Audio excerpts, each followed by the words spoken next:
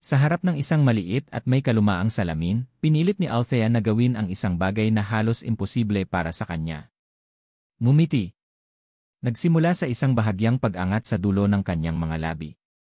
Ngunit sa halip na maging isang ngiti, naging isa itong pilit na ngiwi. Naramdaman niya ang paninigas ng mga kalamnan sa kanyang pisngi, na para bang matagal na itong hindi nagagalaw at ngayoy tumututol sa kanyang utos. Sinubukan niya ulit, mas malakas ngayon. Ngunit ang imahe na tumingin pabalik sa kanya ay isang estranghero, isang mukha na tila ba nababalutan ng hindi maipaliwanag na sakit. Maging pala kaibigan ka, Dea.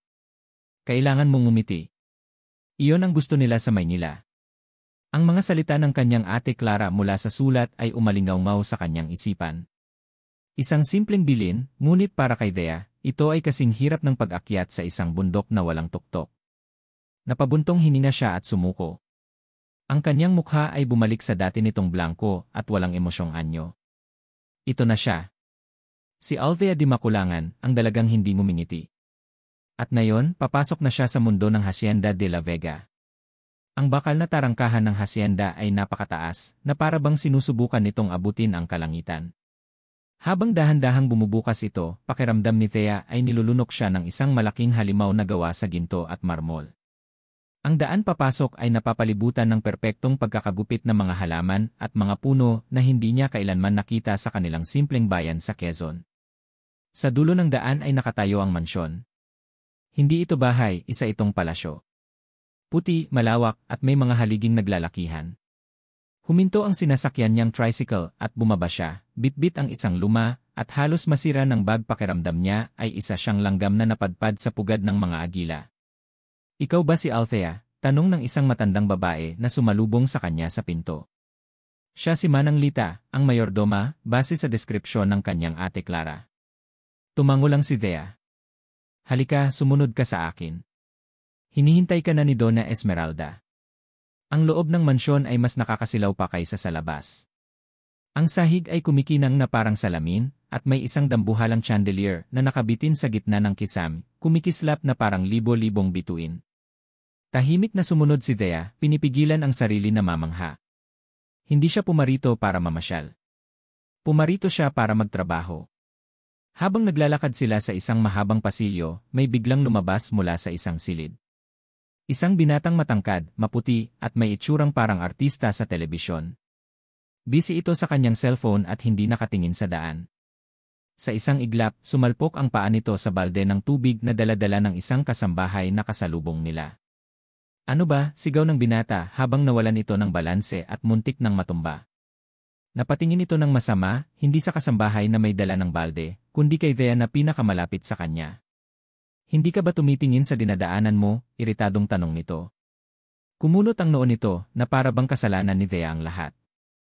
Hindi umimik si Thea. Tinitigan niya lang ito ng diretsyo sa mga mata. Walang takot, walang gulat, walang kahit anong emosyon. Ang kanyang mukha ay isang perpektong blankong kanbas. Lalong nainis ang binata sa kanyang katahimikan. Ano? Pipi ka ba? O sadyang wala ka lang modo? Isang sorry, sir man lang, wala. Nanatiling tahimik si Thea. Sa isip niya, hindi naman siya ang may kasalanan. Bakit siya hihingi ng tawad? Tumaas ang isang kilay ng binata. Tinitigan siya nito mula ulo hanggang paa, at isang mapanuyang ngisi ang gumuhit sa mga labi nito. Ah, bago. Bago kang katulong.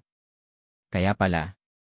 Pagkasabi niyon, tinalikuran na siya nito at nagpatuloy sa paglalakad, habang nagbubulong-bulong tungkol sa mga taong hindi marunong gumamit ng mata. Hayaan mo na si Sir Miggs, iha, bulong ni Manang Lita. Medyo mainitin lang talaga ang ulo noon. Tumango lang ulit si Thea. Hindi niya ininda ang mga salita ng binatang nagngangalang Miggs. Sanay na siya. Mas malala pa riyan ang mga narinig niya noon. Dinala siya ni Manang Lita sa isang opisina na kasing laki ng sala ng bahay nila sa probinsya. Sa likod ng isang malaking lamesa na gawa sa dark wood ay nakaupo ang isang babaeng may edad na, nakasuot ng eleganteng bestida at mga alahas na kumikinang. Ito si Donna Esmeralda de la Vega. Ang reyna ng palasyong ito. Ang mga mata nito ay matalas, sinusuri si Thea na para bang isa siyang produktong bibilhin sa palengke. So, ikaw ang kapatid ni Clara, sabi ng matanda, ang boses ay malamig at may otoridad. Althea di makulangan.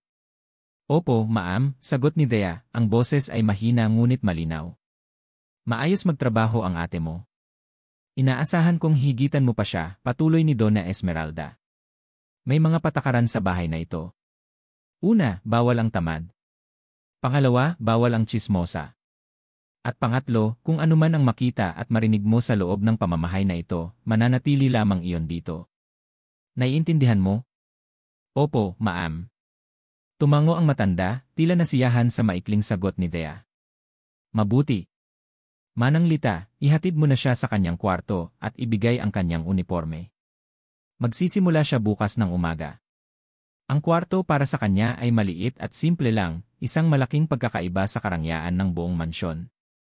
May isang maliit na kama, isang aparador, at isang bintana na nakatanaw sa likod bahay. Para kay Thea, sapat na ito. Hindi niya kailangan ng karangyaan. Ang kailangan niya ay katahimikan. Nang gabing iyon, pagkatapos ng isang mahabang araw, umupo siya sa gilid ng kanyang kama. Ang katahimikan ng gabi ay nagdala pabalik ng mga alaala na pilit niyang ibinabaon sa limot. Isang halakhak. Ang masayang halakhak ng kanyang nakababatang kapatid na si Bunso. At Thea, tingnan mo. Ang galing ko. Naalala niya ang ngiti nito, isang ngiti na kayang magpaliwanag ng pinakamadilim na gabi. Iyon ang huling ngiti na nakita niya bago ang lahat ay nilamon ng apoy. Ang amoy ng usok, ang init na tumutupok sa balat, ang mga sigaw. Biglang napayakap si Thea sa kanyang mga tuhod.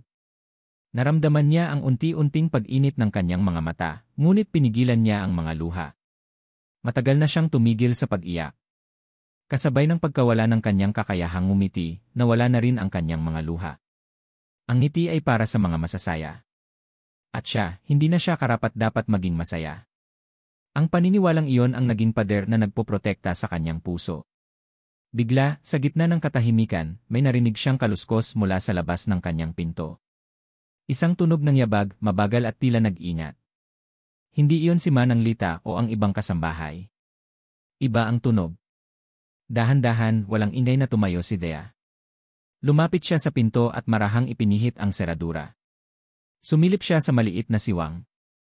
Sa dilim ng pasilyo, isang anino ng isang tao ang kanyang naaninag. Isang maitim na figura na dahan-dahang naglalakad palayo sa kanyang pinto, patungo sa kadiliman sa dulo ng pasilyo. Nanigas si Thea sa kanyang kinatatayuan. Sino iyon? At ano ang ginagawa nito sa ganoong oras ng gabi? Ang unang gabi niya sa Hacienda de la Vega ay nagsisimula pa lamang, ngunit nararamdaman na niya ang lamig ng misteryo at panganib na bumabalot sa lugar. May multo sa Hacienda de la Vega. Iyon ang konklusyon ni Miguel de la Vega habang nakahiga siya sa kanyang malawak na kama, hindi makatulog. At ang multong iyon ay may pangalan, Althea. Ang bagong katulong. Hindi niya maalis sa isip niya ang babaeng iyon. Ang paraan ng pagtitig nito sa kanya kanina sa pasilyo, walang emosyon, walang reaksyon. Para siyang tumingin sa isang pader. Kahit sinong normal na tao ay matataranta o hihingi ng paumanhin kahit hindi nila kasalanan. Pero siya, wala. Zero. Bad trip. Napabangon si Migs. Kailangan niya ng tubig. O alak. O kahit ano na makakapag-alis ng inis niya. Habang naglalakad siya palabas ng kanyang silid, napansin niyang madilim ang buong pasilyo, maliban sa isang maliit na ilaw sa dulo. At doon, nakita niya ito. Ang babae. Si Althea. Naglalakad dito ng dahan-dahan, ang mga paa ay halos walang tunog. Ang puting uniforme nito ay tila lumulutang sa dilim. Isang ideya ang biglang pumasok sa isip ni Migs. Isang masamang ideya. Nag-ipon siya ng hangin sa kanyang baga, nagtago sa likod ng isang malaking florera, at nang tamang-tama na ang lapit nito. Ang sigaw niya ay umalingaw sa tahimik na pasilyo. Sapat na yon para mapatalon sa gulat ang sinuman. Inasahan niyang mapapasigaw ito, o matutumba, o kahit man lang magugulat. Pero wala. Huminto lang ito sa paglalakad at lumingon sa kanya. Ang mukha nito ay ganoon pa rin kalmado, blanko. Ang mga mata nito ay tila tumatagos sa kanya na para bang siya ang hangin. Pagkatapos ng ilang segundo ng nakakabinging katahimikan, tumalikod ito at nagpatuloy sa paglalakad na parang walang nangyari. Naiwang nakatanga si Migs. Siya pa yata ang mas nagulat. Pakiramdam niya ay isa siyang hangal. Weirdo, bulong niya sa sarili, habang ang inis niya ay napalitan ng kakaibang pagtataka. Sino ba talaga ang babaeng ito? Kinaumagahan, naabutan ni Mig si Manang Lita na nag-aayos ng mga bulaklak sa sala. Ito na ang pagkakataon niya. Manang, sino ba yung bagong katulong? Yung Althea, tanong niya, sinubukang gawing kaswal ang kanyang tono. Ngumiti si Manang Lita. Ah, si Dea. Kapatid ni Clara. Mukhang mabait naman at masipag. Mabait, sarkastikong sabi ni Migs. Manang, para siyang multo. Hindi nagsasalita, hindi ngumingiti. Nakakatakot. Sigurado ba kayong tao yan? Napailing si Manang Lita at inayos ang isang rosas. Miguel, iha, malumanay niyang sabi. Huwag mong husgahan ang isang aklat sa kanyang pabalat. Ang katahimikan ay minsan nagtatago ng pinakamalaking sakit. Tinaasan lang siya ng kilay ni Migs. Sakit? Ang isang iyon ay parang bato. Walang pakiramdam. Nagpasalamat na lang siya kay Manang Lita at umalis, ngunit ang mga salita nito ay nanatili sa isang sulok ng kanyang isipan. Sa hapon, para makatakas sa mga mata ng kanyang lola Esmeralda na laging nagpapaalala sa kanya tungkol sa responsibilidad niya sa kumpanya, nagkulong si Migs sa kanyang sikretong paraiso, isang maliit na studio sa likod bahay na ginawa niyang art space. Dito, hindi siya si Miguel de la Vega, ang tagapagmana. Dito, siya lang si Migs, isang pintor. Kinuha niya ang isang canvas at nagsimulang magpinta. Ngunit sa halip ng mga landscape o abstract na imahe na karaniwan niyang ginagawa, isang mukha ang nabuo mula sa kanyang mga brushstroke. Isang mukha na may mga matang malalim at malungkot at mga labing hindi marunong ngumiti. Napahinto siya at napatingin sa kanyang ginagawa. Bakit niya ipinipinta ang babaeng iyon? Dahil ba sa inis? O dahil sa pagtataka? Itinapon niya ang brush sa mesa sa sobrang frustrasyon. Kailangan niyang kalimutan ang babaeng iyon. Isa lang siyang katulong. Isang werdong katulong. Gabi na nang mapadaan si Migs sa may bandang kusina. Papunta na sana siya sa kanyang silid nang may marinig siyang boses. Mahina, nanginginig at puno ng isang emosyon na hindi niya agad nakilala. Nagtago siya sa gilid ng pader at sumilip. Nakita niya si Dea, nakatalikod, may hawak na cellphone sa tainga. Opo, ate okay lang po ako dito, sabi ni Dea sa kausap. May ilang segundong katahimikan bago ito nagsalita ulit, at ngayon, mas nanginginig na ang boses nito. Huwag po kayong mag-alala sa akin, kaya ko po to, kailangan ko po talaga ang trabahong to para sa pamilya. Isang salita lang ang narinig niya, pero sapat na yon. Pamilya. Sa isang iglap, nagbago ang lahat sa paningin ni Migs. Ang inmulto, na walang emosyon ay biglang nagkaroon ng bigat, ng dahilan. Ang babaeng akala niya ay bato ay may pinagdadaanan pala. Ang mga salita ni Manang Lita ay bumalik sa kanya, ang katahimikan ay minsan nagtatago ng pinakamalaking sakit. Naramdaman niya ang isang kurot ng konsensya dahil sa ginawa niyang pananakot kagabi. Habang papalayo na sana siya, isang biglaang kaguluhan ang sumalubong sa kanya mula sa dining hall. Ang lola ninyo! Tulong, sigaw ng isang kasambahay. Mabilis na tumakbo si Migs papunta roon. Ang kanyang puso ay kumabog ng malakas nang makita niya ang eksena. Nakahandusay sa sahig si Donna Esmeralda, walang malay. Ang mga katulong ay nagpapanik, nagsisigawan, hindi alam ang gagawin. Kahit siya ay natigilan. Ngunit sa gitna ng lahat ng kaguluhan, isang figura ang kumilos ng mabilis at may katiyakan. Si Althea. Walang salitang lumuhod ito sa tabi ni Donna Esmeralda. Sinuri nito ang pulso ng matanda, inayos ang ulo nito, at bahagyang itinaas ang mga paa. Ang mga kilos nito ay kalmado, sanay at episyente. Tumawag kayo ng ambulansya, ngayon na, utos nito sa isang katulong, ang boses ay matatag at puno ng otoridad na hindi pa naririnig ni Migs mula rito. Nakatayo lang si Migs, hindi makapaniwala sa kanyang nakikita. Ang babaeng akala niya ay isang mahinang anino, isang blangkong pader, ay siyang tanging taong may kontrol sa sitwasyon. Sa sandaling iyon, hindi isang multo ang nakita niya. Nakita niya ang isang babaeng hindi niya lubos na kilala. At sa kauna-unahang pagkakataon, gusto niyang malaman kung sino talaga ito. Ang tunog ng sirena ng ambulansya ay unti-unting humina habang papalayo ito sa hasyenda. Naiwan ang isang nakakabinging katahimikan. Bumalik si Althea sa kusina, ang mga kamay ay bahagyang nanginginig pa. Hindi dahil sa takot, kundi dahil sa adrenaline na dumaloy sa kanyang buong katawan kanina. Ang mga kasambahay na dati ay iniiwasan siya ay tumitingin na ngayon sa kanya ng may halong paghanga at respeto. Ang galing mo, Thea, sabi ng isa. Kung hindi dahil sa'yo, hindi namin alam ang gagawin. Hindi sumagot si Thea. Tumango lang siya at kinuha ang basahan, ipinagpatuloy ang paglilinis na naantala. Ang papuri ay isang bagay na hindi niya kailangan. Ginawa niya lang kung ano ang tama. Ang kaalaman niya sa first aid ay isa sa mga bagay na natutunan niya sa isang seminar sa kanilang barangay noon. Isang seminar na akala niya ay hindi niya kailanman magagamit.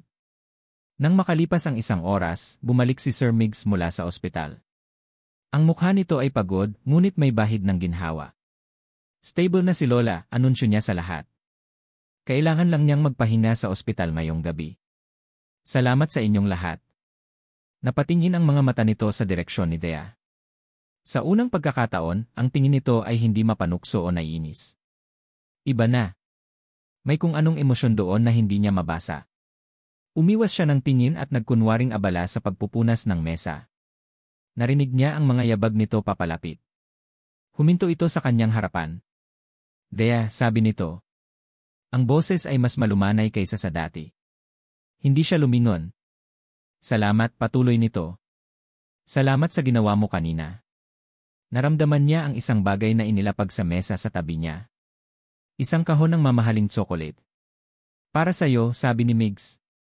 Sa wakas ay humarap siya. Tinitigan niya ang kahon pagkatapos ay ang mukha ni Miggs. Ang kanyang ekspresyon ay nanatiling blanko. Trabaho ko lang po yun, sir, mahina niyang sagot. Kahit na. Kung hindi dahil sa'yo, hindi nito tinapos ang sasabihin. Tanggapin mo na. Umiling si Thea. Hindi po kailangan. Tinalikuran niya ito at naglakad patungo sa lababo, dala-dala ang basahan. Iniwan niya si Miggs na nakatayo roon, hawak ang kahon ng tsokolate, ang mukha ay nagpapakita ng halong pagkadismaya at pagtataka. Sa sumunod na araw, naramdaman ni Thea ang pagbabago. Hindi lang mula sa ibang kasambahay, kundi lalo na mula kay Sir Miggs. Kung dati ay parang hangin lang siya rito, ngayon ay tila ba sinusundan siya ng mga mata nito saan man siya magpunta. Kapag naglilinis siya sa hardin, makikita niya ito sa bintana, nakatingin. Kapag naghahain siya ng pagkain, nararamdaman niya ang titig nito. Sinubukan nitong kausapin siya ulit. Taga saan ka nga pala sa Quezon? Tanong nito isang hapon habang nagdidilig siya ng mga halaman. Sa isang maliit na bayan lang po, sagot niya, hindi ito tinitingnan. Maganda raw doon. Maraming beach. Opo. Ano nang pangalan ng bayan niyo? Hindi sumagot si Thea. Ibinuhos niya ang natitirang tubig sa paso at naglakad palayo, iniwan ulit itong walang kausap. Ayaw niyang magbahagi ng kahit anong personal na impormasyon. Ang kanyang nakaraan ay isang saradong libro na ayaw na niyang buksan para sa kahit sino, lalo na para sa isang taong tulad ni Miggs de la Vega, isang taong ipinanganak na may gintong kutsara sa bibig, isang taong hindi kailanman maintindihan ang kahulugan ng pagkawala. Ang pag-iwas niya ay tila mas lalo lang nagpaigting sa determinasyon nito. Pakiramdam ni Thea ay isa siyang misteryong sinusubukang lutasin ng binata. At iyon ang kinatatakutan niya. Dahil sa ilalim ng kanyang blangkong mukha, sa likod ng pader na kanyang itinayo, ay naroon ang isang sikretong napakasakit. Isang sikretong kapag nalaman ng iba, ay tiyak na wawasak sa kanya ng tuluyan. Gabi na. Pabalik na si Thea sa kanyang silid matapos ang isang mahabang araw ng trabaho. Napagod siya, hindi lang sa pisikal na gawain, kundi sa emosyonal na pag-iwas kay Sir Miggs. Nang buksan niya ang pinto ng kanyang kwarto, may napansin siyang kakaiba. Ang kanyang mga gamit ay tila bahagyang nagalaw. Ang maliit na bowl kung saan niya itinatago ang kanyang mga personal na gamit ay nakabukas ng bahagya. Kinabahan siya. Dahan-dahan siyang lumapit at binuksan ito. Ang lahat ay nasa ayos maliban sa isang bagay. Ang luma at lukot na litrato. Ang litrato ng kanyang kapatid na si Bunso. Ang huling larawan nito bago ang sunog. Ang larawan ng isang batang lalaki na may pinakamaliwanag na ngiti sa buong mundo. Hindi ito nasa dati nitong pwesto. Tila may humawak dito. Tila may nakakita. Napaupo siya sa sahig, ang puso ay kumakabog ng mabilis. Sino? Sino ang pumasok sa kwarto niya? Isang mukha ang biglang pumasok sa kanyang isipan. Ang mukha ni Miggs de la Vega. Ang mga mata nitong puno ng pagtataka. Niyakap niya ang litrato ng mahigpit. Ito na ba yon?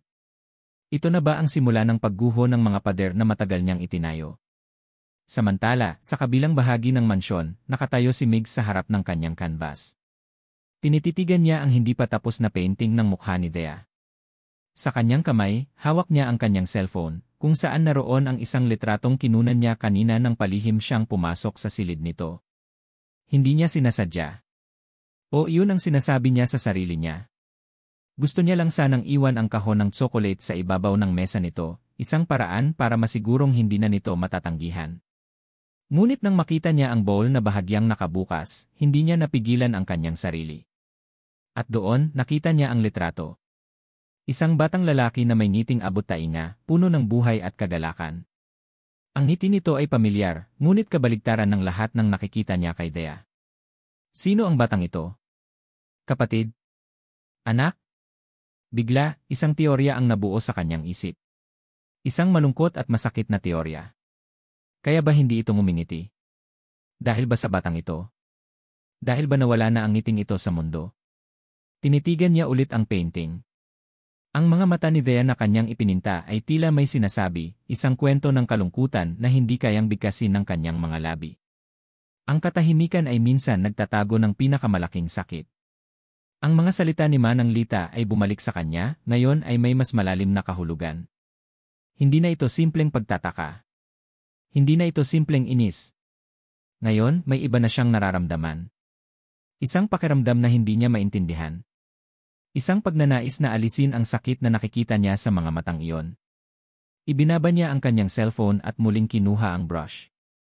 Tumingin siya sa blangkong ekspresyon ng babae sa canvas, at sa likod niyon, nakita niya ang anino ng isang batang nakangiti. Sa sandaling iyon, gumawa siya ng isang pangako sa kanyang sarili. Hindi ako naniniwala na wala kang pakiramdam, bulong niya sa hangin, na para bang kausap niya ang babae sa painting. Hahanapin ko kung ano ang nagtatago dyan sa likod ng mga mata mo. At kapag nahanap ko na, dagdag niya, ang boses ay puno ng isang bagong determinasyon, ibabalik ko ang ngiti sa mga labi mo. Kahit anong mangyari. Hindi niya alam kung bakit niya kailangang gawin yon. Ang alam niya lang, ang misyon na ito ay biglang naging pinakaimportante sa lahat. Ang puso ng bato na akala niya ay kay Althea, ay kailangan niyang madurog. Hindi para saktan, kundi para palayain ang anumang nakakulong sa loob nito. Habang sa kanyang maliit na silid, mahigpit na yakap ni Thea ang litrato, hindi alam na sa kabilang dako ng mansyon, isang binata ang nagdeklara ng isang personal na misyon, isang misyon na nakasentro sa kanya. At sa ngiting matagal na niyang ibinaon sa limot. Ang misyon, ang kanyang ngiti. Iyan ang isinulat ni Miguel de la Vega sa kanyang sketchpad, na may kasamang drawing ng isang malaking smiley face. Opisyal na ito. Simula ngayon, ang pinakamahalaga niyang proyekto ay hindi ang susunod niyang painting o ang pagtaka sa mga utos ng kanyang lola. Ang misyon niya ay si Althea. Paano mo pinapangiti ang isang taong nakalimot ng ngumiti? Para kay Migs, ang sagot ay simple, subukan ang lahat. Operation Smile, Phase 1, The Classic Joke. Naabutan niya si Thea na nagwawalis sa hardin. Dahan-dahan siyang lumapit, may seryosong mukha. Thea, tawag niya. Lumingon ito, hawak ang walis tingting, ang mukha ay blangko gaya ng dati. May tanong ako, sabi ni Migs. Anong isda ang hindi nababasa? Tinitigan lang siya ni Thea, ang mga mata ay walang kahit anong kislap ng interes. Naghintay ito. Eddie. Tuyo, sabi ni Migs, sabay tawa ng malakas sa sarili niyang joke. Walang reaksyon. Si Thea ay parang isang estatwa na hindi tinatablan ng hangin. Napakamot ng ulo si Migs. Okay, failed. Mahina siguro ang joke. Operation Smile, Phase 2, The Slapstick. Kinabukasan, habang naglalakad si Thea sa pasilyo dala ang isang tray ng merienda, sinadya ni Migs na maglagay ng balat ng saging sa sahig, isang trick na nakikita niya lang sa mga cartoons. Nagtago siya sa isang sulok at naghintay. Dumaan si Thea. Nakita niya ang balat ng saging. Maingat niya itong tinapakan, umikot at pinulot. Itinapon niya ito sa basurahan sa gilid at nagpatuloy sa paglalakad na parang walang nangyari. Naiwang nakanganga si Migs. Mission failed. Again. Operation Smile, Phase 3, The Puppy Attack. Ang huling baraha ni Migs. Dinala niya ang isa sa mga tuta ng kanyang lola, isang maliit na Pomeranian na kasing cute ng isang bola ng bulak. Sinalubong niya si Dea habang ito ay nagpupunas ng mga muebles. "Tingnan mo, Dea," sabi niya, itinaas ang tuta. "Hindi ba't ang cute niya? Walang pusong bato ang hindi matutuwa dito." Tumingin si Dea sa tuta. Sa isang iglap, nakita ni Migs ang isang bahagyang pagbabago sa mga mata nito. Isang kislap. Isang napakaliit na kislap ng lambot. Ngunit kasing bilis ng paglitaw nito, nawala rin ito. Bumalik sa pagiging blanko ang kanyang mukha. "Cute po," sabi niya sa isang tonong walang buhay, bago bumalik sa pagpupunas. Sumuko na si Migs. Umupo siya sa isang silya, ang tuta ay nasa kandungan niya, pakiramdam niya ay siya ang pinaka-failure na tao sa buong mundo. Isang gabi, hindi makatulog si Migs.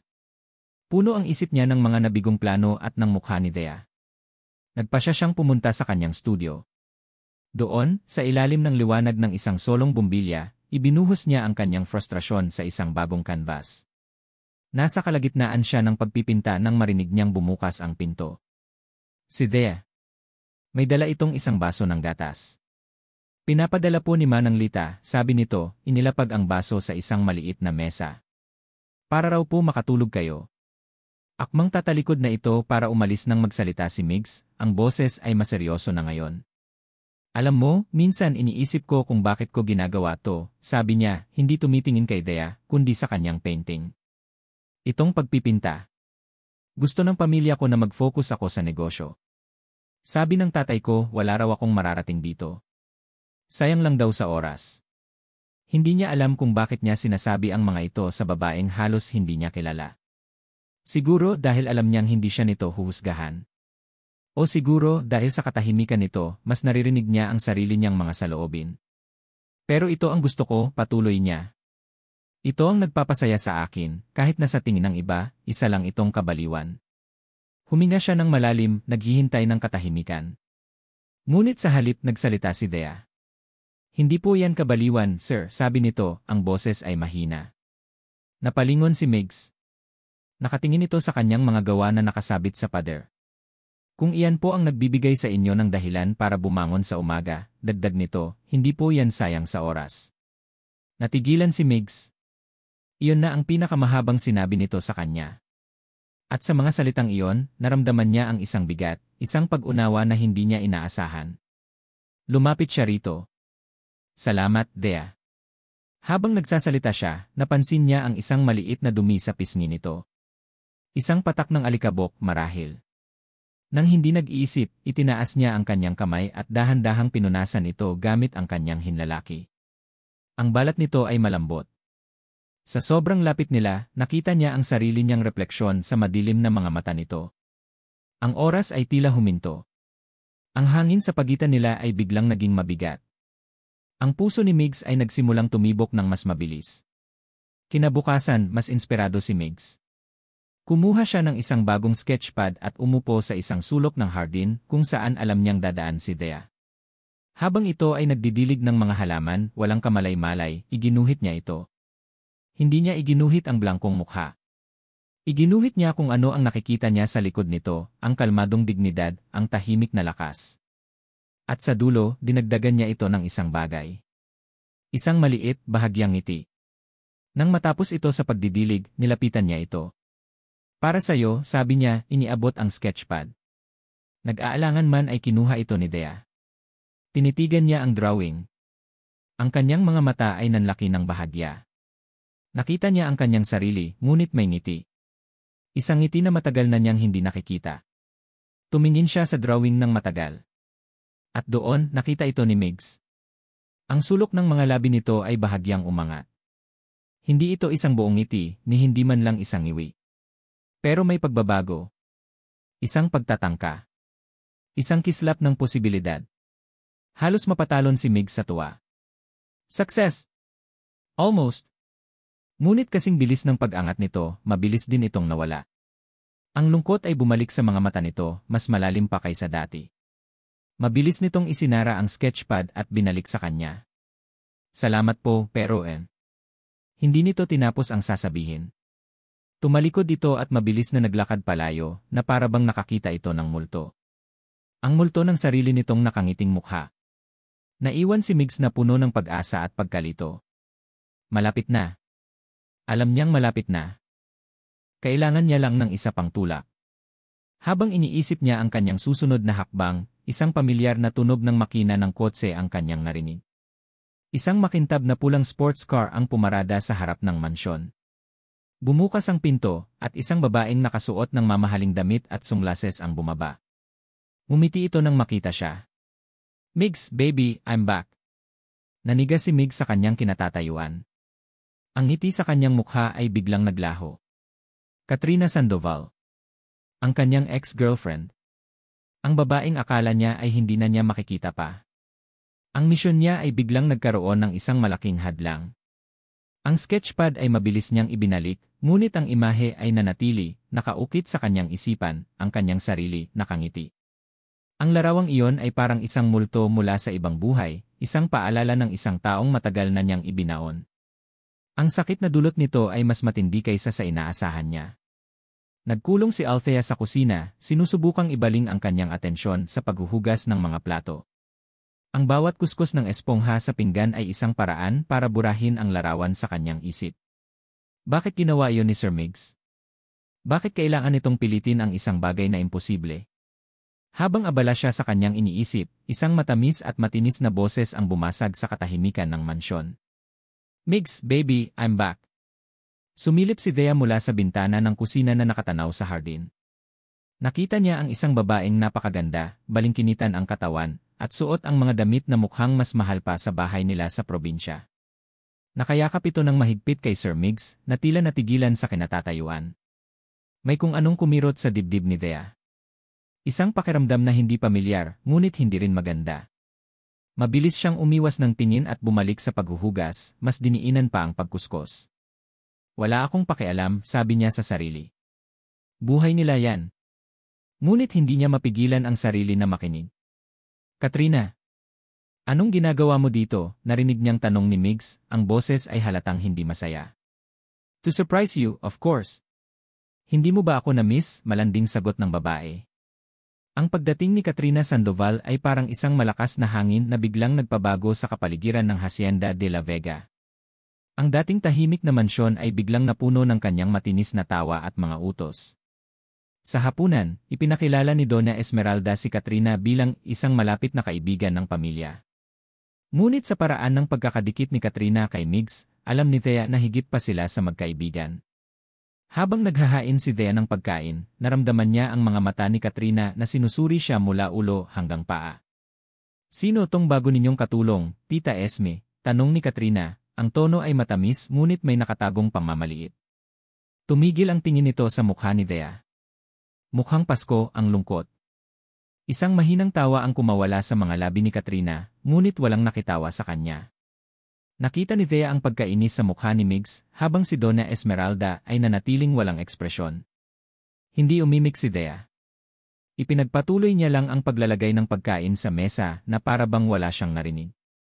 Ang kakayahan niyang maging isang blangkong pader ay mas naging kapaki-pakinabang ngayon. Ngunit hindi pa tapos si Katrina. "Miss, pakikuha mo nga ako ng tsaa." Utos nito, iwinagayway ang kamay na puno ng mga diamanteng singsing. Pumunta si Thea sa kusina at nagtimpla ng tsaa. Maingat niya itong inilapag sa tabi ni Katrina. Tinikman ito ni Katrina. Bigla itong napangiwi. Anong klaseng tsaa to? Masyadong mapait." Reklamo nito at sa isang iaksidenteng kilos natabig nito ang tasa. Ang mainit na likido ay tumapon sa sahig, ilang pulgada lang mula sa paa ni Thea. "Gawan mo ako ng bago. At pakibilisan." Walang salitang kumuha ng basahan si Thea at nagsimulang punasan ang natapong tsaa sa sahig. Habang nakayuko siya, naramdaman niya ang isang matinding kirot sa kanyang dibdib. Hindi ito galit. Ito ay isang uri ng kahihiyan. Isang pakiramdam na ipinapamukha sa kanya kung saan talaga siya lumingon.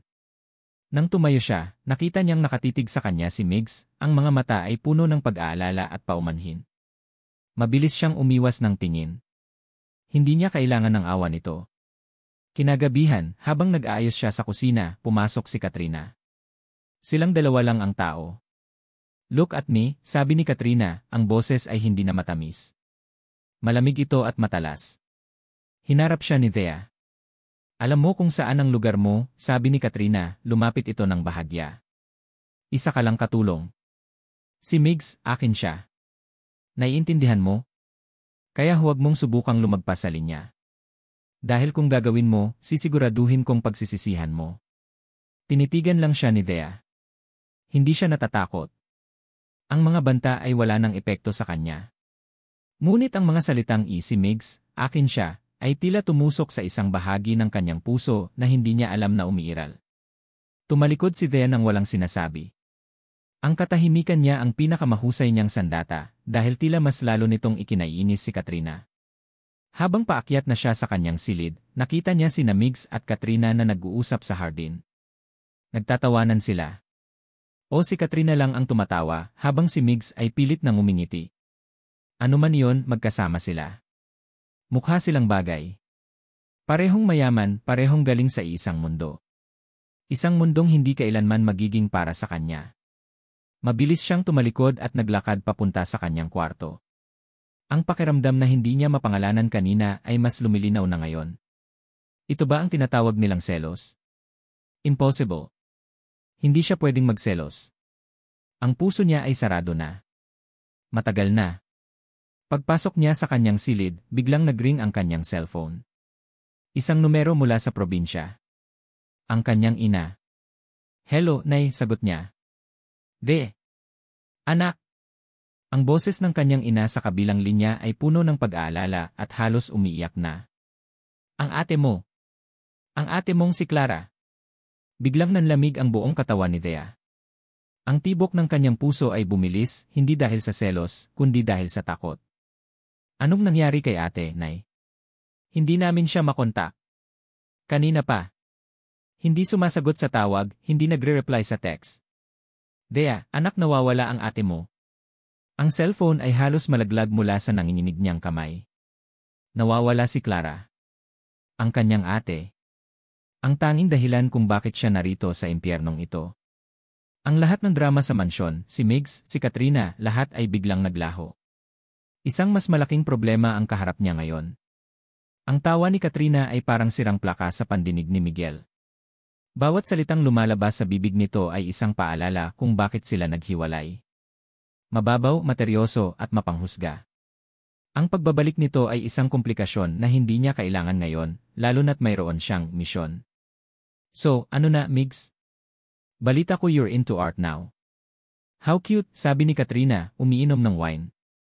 Pero di ba dapat ang business na ang inaasikaso mo? I mean, we have a future to build. Napangiwi si Migs. Katrina, wala nang way. Matagal na tayong tapos. Oh, baby, don't be like that. Alam ko namang na-miss mo ako, malanding sabi nito, hinahawakan ang kanyang braso. Naiirita si Migs. Gusto na niyang umalis. Gusto niyang hanapin si Thea. Gusto niyang malaman kung nakita nito ang sketch na ginawa niya. Gusto niyang makita ulit yung bahagyang pag-angat ng labi nito, kahit isang segundo lang. Ang pag-iisip niya kay Thea ay naantala nang makita niya itong papalabas mula sa isang madilim na pasilyo. Naglalakad ito ng mabilis, ang mga kamay ay nanginginig habang hawak ang cellphone. Ang mukha nito, na karaniwang blanko, ay nababalutan ngayon ng hindi maitatagong pag-aalala. Excuse me, sabi ni Migs, marahang inaalis ang kamay ni Katrina sa kanyang braso. Sinundan niya si Thea. Naabutan niya ito sa isang sulok malapit sa kusina, nakasandal sa pader, ang mga mata ay nakapikit na parabang pinipigilan ang pagpatak ng luha. De? Okay ka lang, tanong niya, ang boses ay puno ng pag-aalala. Nagulat si Thea nang makita siya. Mabilis nitong pinunasan ang gilid ng kanyang mata, kahit wala namang luhang pumatak. Ngunit ang pamumula niyon ay hindi maitatago. Sir Migs, sabi nito, sinusubukang ibalik ang blangkong ekspresyon, ngunit nabigo ito. Ang pader na itinayo niya ay may mga lamat na. Okay lang po ako. Hindi ka okay, git ni Migs. Nakita kitang nanginginig. Anong problema? Pamilya mo ba? Sa pagbanggit ng salitang pamilya, tuluyan nang bumigay ang depensa ni Thea. Tumingin ito sa kanya, ang mga mata ay puno ng takot at desperasyon. Ang ate ko po si Clara, nanginginig niyang sabi. Nawawala po siya. Hindi po namin makontak. Sa isang iglap, ang lahat ng inis ni Migs kay Katrina ay naglaho. Napalitan ito ng isang matinding pagnanais na tulungan ang babaeng nasa harap niya. Ito ang unang pagkakataon na nakita niyang ganito si Thea, mahina, takot, at nangangailangan. Huwag kang mag-alala, sabi niya, ang tono ay matatag at puno ng kasiguruhan. Gagamitin ko ang lahat ng koneksyon ko. Hahanapin natin siya. Pangako. Tumingin sa kanya si Thea, ang mga mata ay may bahid ng pasasalamat at pag-asa. Sa sandaling iyon, isang hindi nakikitang koneksyon ang nabuo sa pagitan nila, mas malakas kaysa sa anumang pader na kayang itayo ni Thea. Ang hapunan ng gabing iyon ay isang malaking pagtitipon. May mga bisitang dumating, mga kasosyo sa negosyo, mga kaibigan ng pamilya, at syempre, si Katrina, na nakaupo sa tabi ni Migs na parabang siya ang reyna ng gabi. Si Thea, kasama ang ibang katulong, ay abala sa pag-serve. Bawat galaw niya ay maingat, ngunit ang kanyang isip ay lumilipad, nasa kapatid niyang si Clara. Ang tanging nagpapakalma sa kanya ay ang pangako ni Migs. Habang naglalagay si Thea ng pagkain sa plato ng isang bisita, sinadya ni Katrina na iangat ang kanyang kamay, dahilan para bahagyang matabig ni Thea ang siko nito. Aray, sigaw ni Katrina, kahit hindi naman siya nasaktan. Ngunit ang kasunod na nangyari ay mas malala.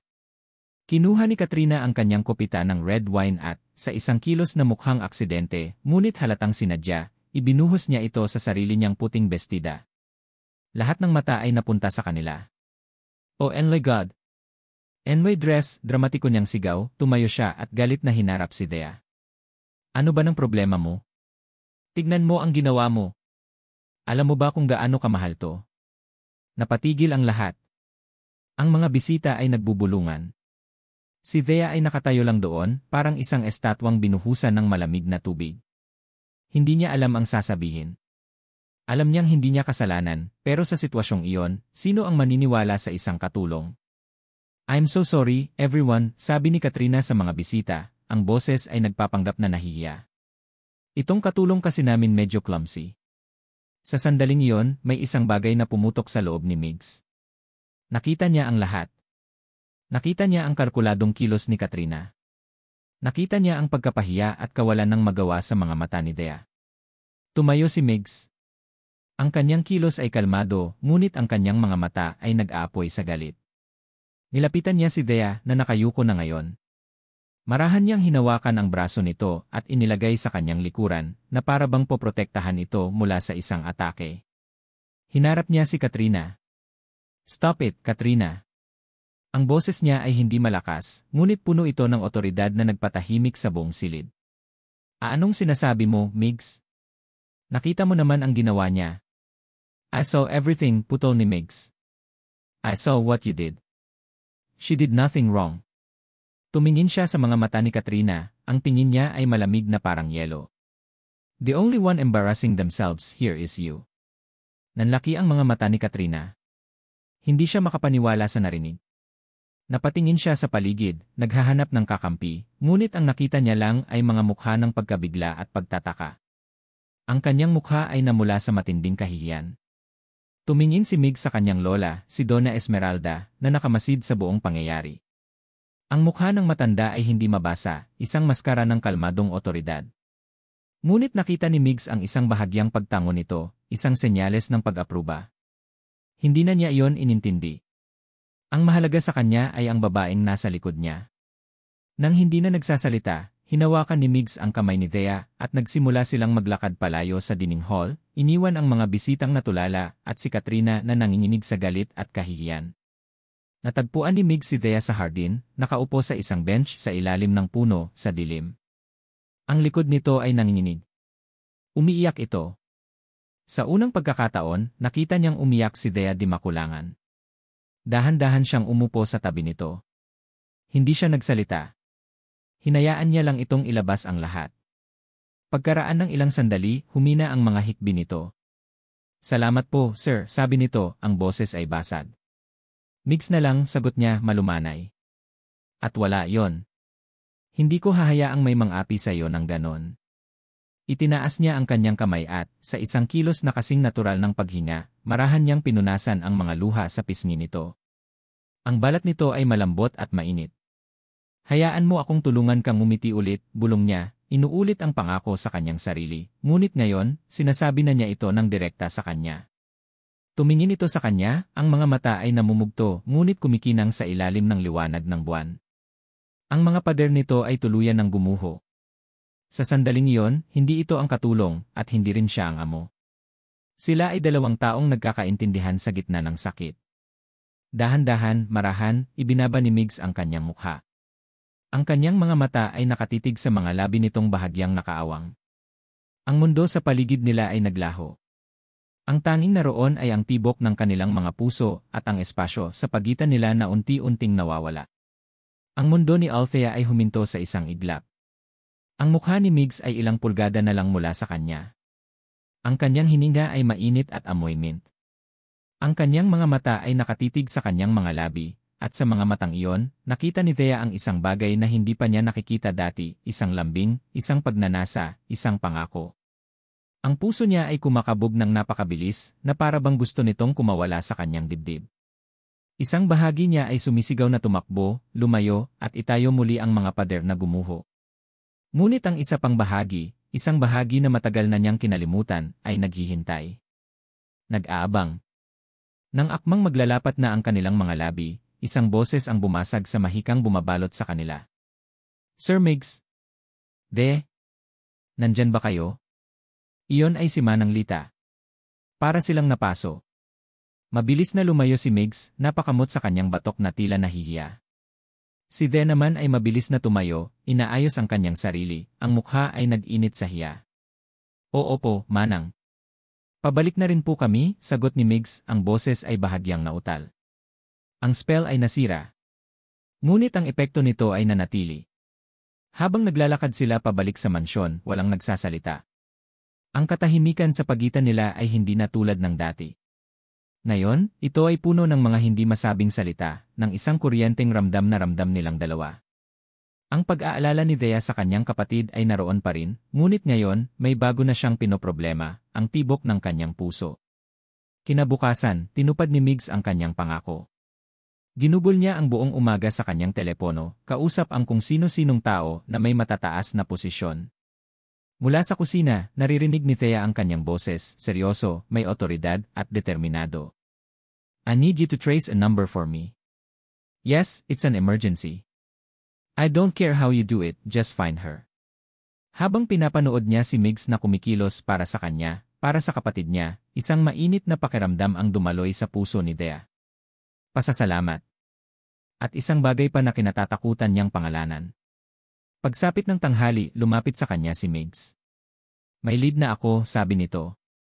Ang huling transaction sa real card ng ate mo ay sa isang pharmacy malapit sa Tagaytay. At base sa mga binili niya may malaking posibilidad na nasa isang clinic siya malapit doon. Tumingin ito sa kanya ng diretsyo.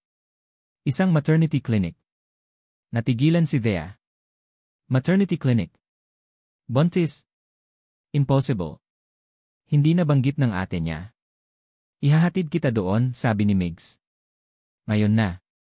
Walang nagawa si Thea kundi ang sumunod. Sa biyahe, ang kanyang isip ay lumilipad. Libo-libong tanong. Bakit hindi sinabi ni Clara? Kanino? Bakit siya nagtatago? Nakarating sila sa isang maliit at pribadong klinika. Maghihintay ako dito sa kotse, sabi ni Migs, binibigyan siya ng espasyo. Take your time. Tumango si Thea at bumaba.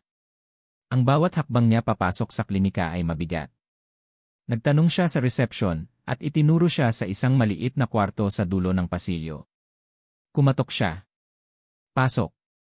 Pagbukas niya ng pinto, nakita niya ito. Ang kanyang ate Clara nakaupo sa gilid ng kama. At sa ilalim ng maluwag nitong damit, malinaw na ang umbok sa tiyan nito. Ate, halos pabulong na sabi ni Thea. Napatingin si Clara at nang makita siya, nanlaki ang mga mata nito. Sunod-sunod na pumatak ang mga luha. Thea, paano mo ako nahanap? Nilapitan siya ni Thea at niyakap. Doon, sa bisig ng kanyang nakababatang kapatid, humagulgol si Clara. Buntis ako, Thea, sabi nito sa gitna ng mga hikbi. Hindi ko sinabi sa inyo dahil komplikado ang lahat. Sino, ate? Sino ang ama? Umiling si Clara, ang mukha ay puno ng takot. Hindi ko pwedeng sabihin. May pamilya siya, Thea. Makapangyarihan siya. Huminga ito ng malalim. Isa siyang makapangyarihang lalaki na may kaugnayan sa negosyo ng mga De La Vega. Parang bombang sumabog ang mga salitang iyon sa pandinig ni Thea. De La Vega. Ang pamilyang pinagsisilbihan niya. Ang pamilya ni Migs. Bigla, ang simpleng problema ng kanyang ate ay naging isang mapanganib na sikretong nag-ugnay sa kanilang dalawa sa mundong ginagalawan niya. Tahimik si Thea sa biyahe pabalik. Si Migs, na tila nararamdaman ang bigat ng sitwasyon, ay hindi na nagtanong. Ang kanyang presensya lang sa tabi niya ay sapat na. Nang huminto sila sa harap ng mansyon, bago bumaba si Thea, may iniabot sa kanya si Migs. Isang bagong sketchpad at isang set ng mga lapis. Para sa'yo, sabi nito. Nakita ko ang mga drawing mo sa lumamong notebook noon. Magaling ka. Tumingin si Thea sa kanya, naguguluhan. Kung hindi mo masabi ang nararamdaman mo, malumanay na sabi ni Migs, baka pwede mong i-drawing. Minsan, mas nakakatulong yon. Kinuha ni Thea ang regalo. Isang simpleng gesture, ngunit para sa kanya, napakalaki ng kahulugan. Ito ang unang pagkakataon na may isang taong hindi lang nakakita sa kanyang blangkong mukha, kundi sinubukan ding intindihin ang katahimikan sa likod nito. Nang gabing iyon, sa kanyang silid, tinititigan niya ang blangkong pahina ng sketchpad. Ang isip niya ay puno ng imahe ni Clara, ng tiyan nito, ng takot sa mga mata nito. At ng mukha ni Migs na puno ng pag-aalala. Biglang nag-vibrate ang kanyang cellphone. Isang text mula kay Clara. Punta ka sa gate sa likod. May iwan ako sa'yo. Importante too. Nagmadaling pumunta si Thea. Sa ilalim ng isang paso, nakita niya ang isang maliit na sobre. Sa loob, may isang easy drive. Tumawag siya kay Clara. Ate, ano to? Insurance, sagot ni Clara, ang boses ay pabulong at nanginginig. Nandyan ang lahat ng ebidensya. Mga usapan namin, mga pangako niya. Itago mo yan, Thea. Huwag mong iwawala. Bakit, ate? Anong nangyayari? Basta. Makinig ka sa akin, giit ni Clara, ang boses ay puno ng kaba. Kung may mangyaring masama sa akin, ibigay mo to kay Migs. Siya lang ang pagkatiwalaan mo. Ibigay mo to kay Migs. Bago pa man makasagot si Thea, ibinaba na ni Clara ang tawag. Naiwan si Thea na nakatayo sa dilim, hawak ang isang maliit na BSC drive. Isang piraso ng plastik na naglalaman ng isang sikretong maaaring sumira sa isang makapangyarihang tao, at posibleng maglagay sa kanilang magkapatid sa matinding panganib. Ang kahihiyan ay isang lason na mabagal kumalat. At para kay Katrina Sandoval, ang lason na yon ay kumukulo na ngayon sa kanyang dugo, nagiging purong galit. Ang pagtatanggol ni Migs kay Althea, sa isang hamak na katulong, sa harap ng lahat ay isang sampal na hindi niya matatanggap. Hindi na ito tungkol sa pagbawi kay Migs. Ngayon, personal na ito. Sa isang madilim at mamahaling coffee shop sa Makati, hinarap ni Katrina ang isang lalaking may makapal na bigot at mga matang tila laging nagmamasid. I want you to find everything about her. Malamig na utos ni Katrina, itinutulak ang isang sobrang puno ng pera sa ibabaw ng mesa. Althea di Makulangan. Taga-probinsya. Find something, anything, that can destroy her. Tumango ang private investigator, kinuha ang sobre, at nawala sa dilim na parang isang anino. Ngumisi si Katrina. Bawat tao ay may itinatagong dumi. At determinado siyang hukayin ang kay Althea. Habang si Katrina ay nagpaplano ng kanyang paghihiganti, si Migs naman ay nasa langit. Ang halos maganap na halik sa hardin ay nagbukas ng isang pinto sa pagitan nila ni Thea. Hindi pa sila opisyal na nag-uusap tungkol dito, ngunit may nagbago. May kuryente sa hangin sa tuwing magkakatinginan sila. May mga ngiting palihim. Isang gabi, hindi makatulog si Migs. Nagpunta siya sa kusina para uminom ng tubig at natagpuan niya si Thea na nag-aayos ng mga natirang pagkain. Gising ka pa, tanong ni Migs, ang boses ay mas malambing kaysa sa dati. Nagulat si Thea. Opo, Sir Migs. Tinatapos ko lang po ito. Migs na lang, di ba, sabi niya, mumiti. Lumapit siya. Nagugutom ako. Marunong ka bang magluto ng adobo? Bahagyang ngumiti si Thea, isang tunay, maliit na ngiti na nagpainit sa puso ni Migs.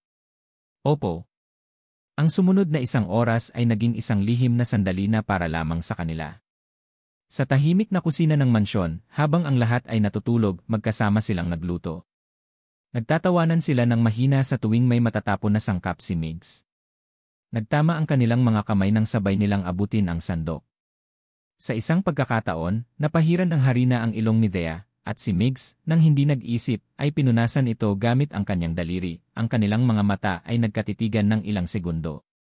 Ang adobo na kanilang niluto ang pinakamasarap na nakain ni Migs sa buong buhay niya. Hindi dahil sa lasa, kundi dahil sa kasama niya. Nakikita niya ang unti-unting pagbabalik ng buhay sa mga mata ni Thea. Ang kanyang misyon ay nagiging isang matamis na katotohanan. Makalipas ang ilang araw, muling tinawagan ng investigador si Katrina. Nagkita sila sa parehong lugar. May nahanap na ako, sabi ng lalaki, inilapag ang isang brown folder sa mesa. Binuksan ito ni Katrina. Sa loob ay may mga lumang newspaper clippings. Ang headline, Sunog sa Quezon, kumitil ng buhay ng isang bata. Binasa niya ang artikulo. Tungkol ito sa isang sunog sa isang maliit na bahay. Ang biktima ay isang 5 taong gulang na batang lalaki. Ang nakaligtas ay ang kanyang ate, si Althea Di Maculangan. Isang malamig na ngiti ang gumuhit sa mga labi ni Katrina. Bingo! Ito na ang drama. Ito na ang kahinaan. Isang trauma. Isang trahedya. Perpekto para sirain ang imahe ng isang tahimik at banal na babae. Ngunit habang binabasa niyang muli ang artikulo, isang linya ang kumuha ng kanyang atensyon. Isang maliit na detalye na maaaring hindi mapansin ng iba. Ayon sa investigasyon ng mga bombero, ang sanhi ng sunog ay hinihinalang dahil sa faulty electrical wiring mula sa isang dekuryenteng gamit sa bahay. Dekuryenteng gamit. Electrical fault. Biglang may naalala si Katrina. Ang pamilya niya, tulad ng mga De La Vega, ay nasa mundo ng negosyo. Narinig na niya ang mga kwento tungkol sa mga product recall, mga demanda, mga settlement na ginagawa sa likod ng mga saradong pinto para protektahan ang pangalan ng isang kumpanya. Isang maitim na ideya ang nabuo sa kanyang isipan. Isang ideya na napaka-imposible, ngunit kung totoo, ay mas malakas na sandata kaysa sa simpleng trauma lang. Hindi alam ni Migs ang namumuong panganib. Ang mundo niya ay umiikot lang kay Thea. Isang hapon, nakita niya itong nakaupo sa hardin, seryosong nagdodrawing sa sketchpad na ibinigay niya. Anong ginagawa mo? Tanong niya, umupo sa tabi nito. Sinubukan nitong itago, ngunit pinigilan niya. Sa pahina, nakaguhit ang isang maliit na bahay kubo sa probinsya, napapaligiran ng mga puno ng nyog. Ang gawa ay simple ngunit puno ng damdamin. Ang ganda, sabi ni Migs. Ang bahay po namin, mahinang sabi ni Thea. Nami-miss ko lang po. Balang araw, sabi ni Migs, hinawakan ang kamay nito. Pupuntahan natin yan. Magkasama. Tumingin sa kanya si Thea, ang mga mata ay nagtatanong, ngunit mayroon ding pag-asa. Sa mga sandaling iyon, alam ni Migs na hindi na ito isang laro o isang misyon. Nagmamahal na siya. At handa siyang gawin ang lahat para sa babaeng unti-unting nagbubukas ng puso sa kanya. Sa gabing iyon, habang si Migs at Thea ay nagkakamabutihan, si Katrina naman ay nasa lumang library ng kanilang bahay. Pinilit niyang makuha ang access sa mga lumang business records ng De La Vega Corp. Mula sa isang kaibigan ng kanyang ama. Naghanap siya. Hindi niya alam kung ano ang hinahanap niya, ngunit sinusunod niya ang kanyang kutob. Mga kaso. Mga settlement. Mga reklamo. Anuman na may kinalaman sa electrical fault.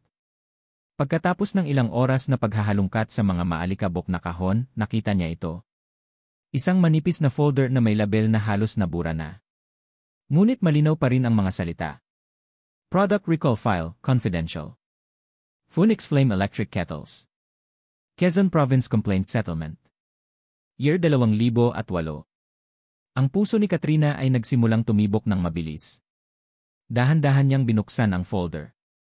Sa loob, naroon ang mga legal na dokumento, mga report, at isang listahan ng mga pamilyang nabayaran para manahimik. At sa listahang iyon, isang pangalan ang tila lumundag mula sa papel. Pamilya Di Maculangan.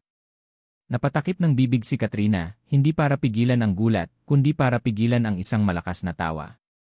Hindi lang niya natagpuan ang dumi ni Thea. Natagpuan niya ang bomba. Isang bomba na sasabog hindi lang kay Thea, kundi sa buong pamilya De La Vega. Isinara niya ang folder. Isang malademonyong iti ang dahan-dahang gumuhit sa kanyang mga labi. Ang laro ay nagbago. At sigurado siyang siya na ang mananalo. May liwanag na ulit sa mundo ni Althea. Ang liwanag na yon ay may pangalan, Migs. Bawat araw na lumilipas, ang mga pader na itinayo niya sa paligid ng kanyang puso ay unti-unting gumuho. Pinupuno ni Migs ang kanyang mga araw ng mga lihim na ngiti, mga nakaw na tingin, at mga sandaling para lang sa kanila. Ang pag-aalala niya kay Clara ay naroon pa rin, ngunit ngayon, mayroon na siyang kasama sa pag-aalala. Ngayong gabi ay ang anibersaryo ng De La Vega Corporation. Isang malaking selebrasyon na gaganapin sa isang 5-star hotel sa Makati. Bilang isang katulong, ang inaasahan ni Thea ay magiging abala siya sa likod ng mga eksena. Ngunit may ibang plano si Migs. Kumatok ito sa kanyang silid 1 oras bago ang event, may dala itong isang malaking paper bag. Ano po ito, Sir Migs? Tanong ni Thea. Ang pagtawag sa pangalan nito ay nagdudulot pa rin ng kaunting kaba sa kanya. Buksan mo, nakangiting sabi nito. Sa loob ng paper bag may isang simpleng bestida. Kulay navy blue, eleganteng tingnan ngunit hindi magarbo. Sa ilalim nito, may isang pares ng sapatos na may mababang takong. Para saan to? Nagtatakang tanong ni Thea. Ngayong gabi, sabi ni Migs, ang mga mata ay kumikinang, hindi ka pupunta doon bilang katulong. Pupunta ka doon bilang kasama ko. Natigilan si Thea. Ang puso niya ay lumundad. Pero hindi pwede. Paano si Donna Esmeralda? Ako na ang bahala kay Lola, sagot ni Migs. Please, De. Gusto kong maranasan mo naman na maging bisita. Gusto kong isayaw ka. Ang mga salitang gusto kong isayaw ka ay tila musika sa kanyang pandinig. Sa sandaling iyon, lahat ng kanyang pag-aalinlangan ay naglaho. Tumango siya, isang maliit na ngiti ang sumilay sa kanyang mga labi. Isang tunay na ngiti na abot hanggang sa kanyang mga mata. Iyon ang ngiting gustong-gustong makita ni Migs. Pagdating nila sa grand ballroom ng hotel, pakiramdam ni Thea ay isa siyang prinsesa sa isang fairy tale. Nakakapit siya sa braso ni Migs na suot ang isang mamahaling suit. Ang mga tao ay tumitingin sa kanila, ngunit sa unang pagkakataon, hindi niya naramdaman na hinuhusgahan siya. Kasama niya si Migs. Ligtas siya. Nakita nila si Katrina sa di kalayuan, kausap ang ibang bisita. Nagtama ang kanilang mga mata. Ngumiti si Katrina sa kanya, isang ngiti na kakaiba, matamis, ngunit may lamig. Isang ngiti na nagpadala ng kaba sa dibdib ni Thea. Ngunit iwinaksi niya ito.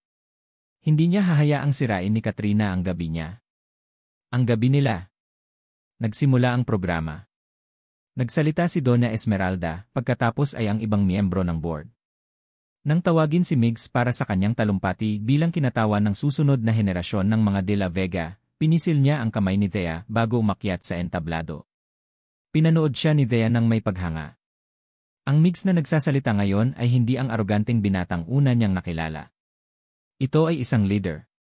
Isang lalaking puno ng pangarap at integridad. At habang tinitingnan natin ang hinaharap, sabi ni Migs, ang pinakamahalagang puhunan natin ay hindi pera o makinarya, kundi ang tiwala. Tiwala ng mga taong naglilingkod sa atin, at tiwala ng mga taong pinaglilingkuran natin. Habang nagsasalita si Migs, biglang namatay ang malaking screen sa likod niya. Napuno ng bulungan ang buong ballroom. Anong nangyayari? Technical difficulties. Biglang bumukas muli ang screen. Ngunit sa halip na logo ng kumpanya, ang lumabas ay isang lumang artikulo ng dyaryo. Ang headline, Sunog sa Quezon, kumitil ng buhay ng isang bata. Nanigas si Thea sa kanyang kinaupuan. Ang kanyang dugo ay tila naging yelo. Iyon ang artikulo tungkol sa sunog. Ang sunog na pumatay sa kapatid niya. Isang pamilyar na boses ang umalinggaw sa mga speaker. Boses ni Katrina. Paumanhin sa abala, sabi nito, lumalabas mula sa gilid ng entablado, may hawak na mikropono. Ngunit may isang mahalagang kwento ng tiwala na kailangan nating malaman. Isang kwento tungkol sa pamilya De La Vega. Nag-flash sa screen ang isa pang dokumento. Isang internal company memo. Confidential. Ang pamagat, Phoenix Flame Electric Kettles. Quezon Province Complaint Settlement. Marami sa inyo ang hindi nakakaalam, patuloy ni Katrina, ang boses ay puno ng peking awa, na ang sunog na iyan, ang trahedyang kumitil sa buhay ng isang inosenteng bata, ay sanhi ng isang depektibong produkto. Isang produktong gawa ng De La Vega Corporation. Parang nabasag ang eardrums ni Thea. Hindi. Hindi maaari. At para protektahan ang pangalan ng kumpanya, dagdag ni Katrina, ang boses ay tumataas. Ano ang ginawa nila?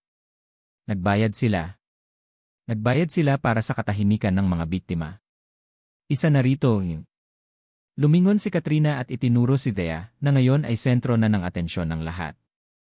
Ang pamilya ng babaeng kasama ngayon ni Miguel. Si Althea di makulangan. Ang mundo ni Thea ay gumuho. Ang mga bulungan sa paligid ay naging isang malakas na ugong. Ang mga nakangiting mukha kanina ay napalitan ng mga mapanuring tingin. Tumingin siya kay Migs na nakatayo sa entablado, kasing gulat niya, hindi makapaniwala. Ngunit sa isipan ni Thea na nababalot ng gulat at sakit, iisa lang ang nakikita niya, isang De La Vega.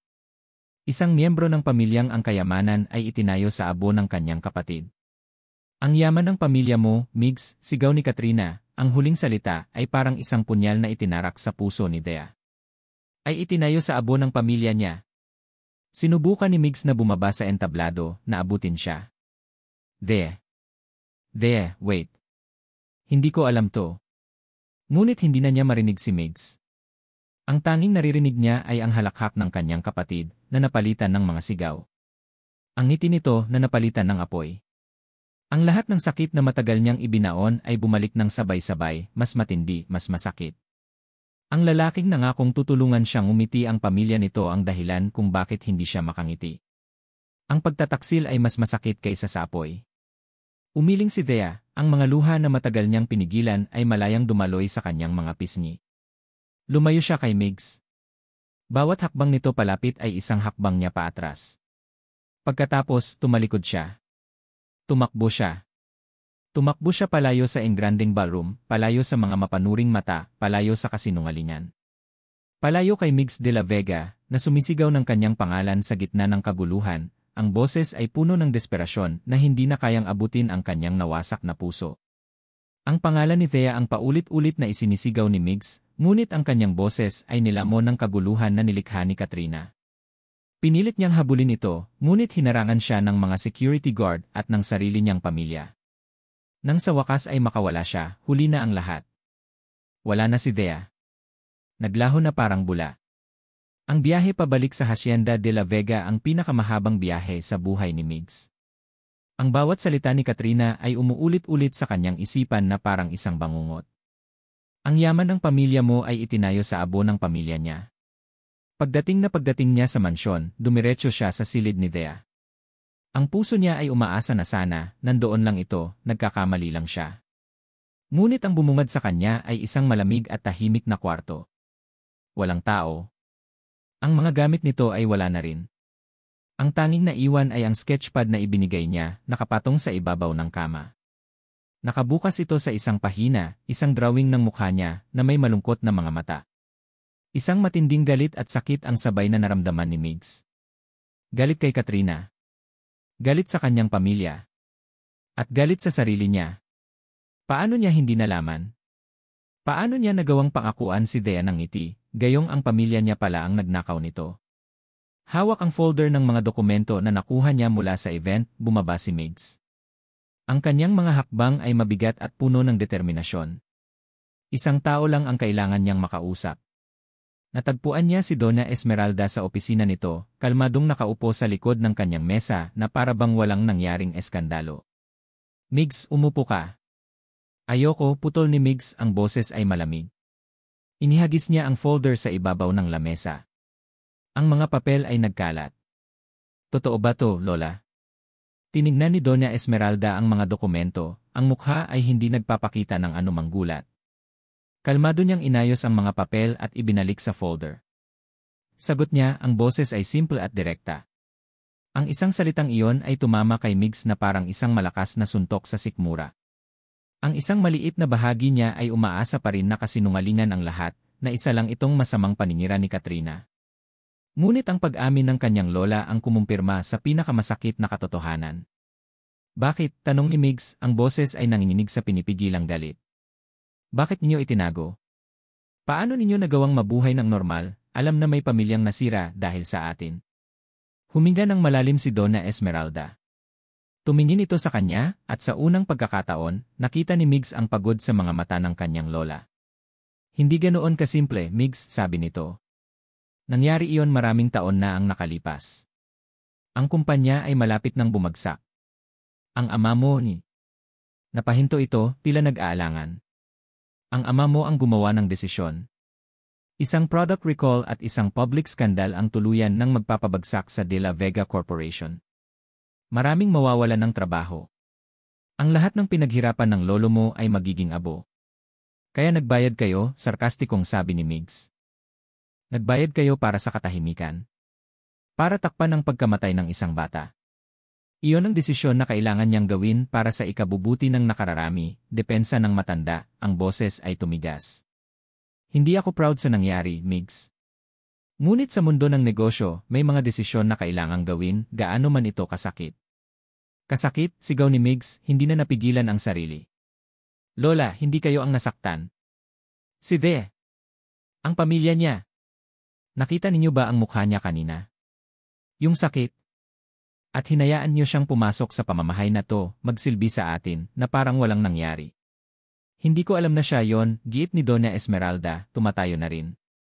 Nalaman ko lang nang mag-imbestiga ako tungkol sa kanya matapos ang insidente sa hapunan. Si Clara ang orihinal na kinuha ko, hindi siya. Napailing si Migs na puno ng pagkadismaya. Puro dahilan. Puro pagtatanggol sa sarili. Walang pagsisisi. Hindi ko kayang mabuhay sa kasinungalingang ito, sabi ni Migs, ang boses ay bumalik sa pagiging malamig at desidido.